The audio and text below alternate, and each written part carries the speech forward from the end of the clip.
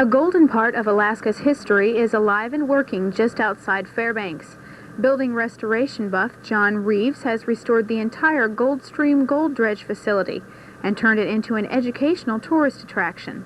The story behind the dredge, it was built in Bethlehem, Pennsylvania in 1928, brought up here in pieces and put together.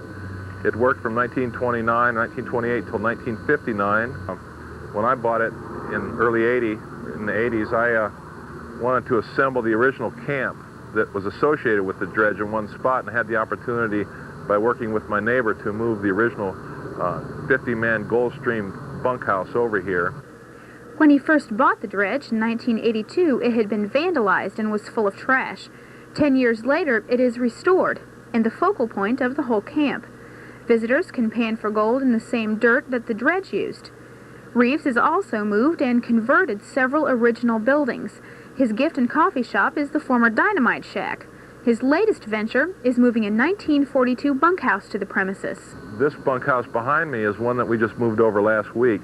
It was this winter's project, and it's 50 years old. It was built in 1942. It's a 36-man bunkhouse. It's a little bit narrower than the original bunkhouse that I brought over, and a little bit newer. But when I acquired it, it didn't have a floor, so I spent the winter putting a new floor in. Reeves is glad to show visitors around personally, and he's done most of the restoration work himself. He says people may think he's taking on more than he can handle, but that's not true. He says he's a man of vision, and most of his customers aren't even born yet, because this gold dredge camp will be around for a long time. Kelly Thomas, Fairbanks News 2.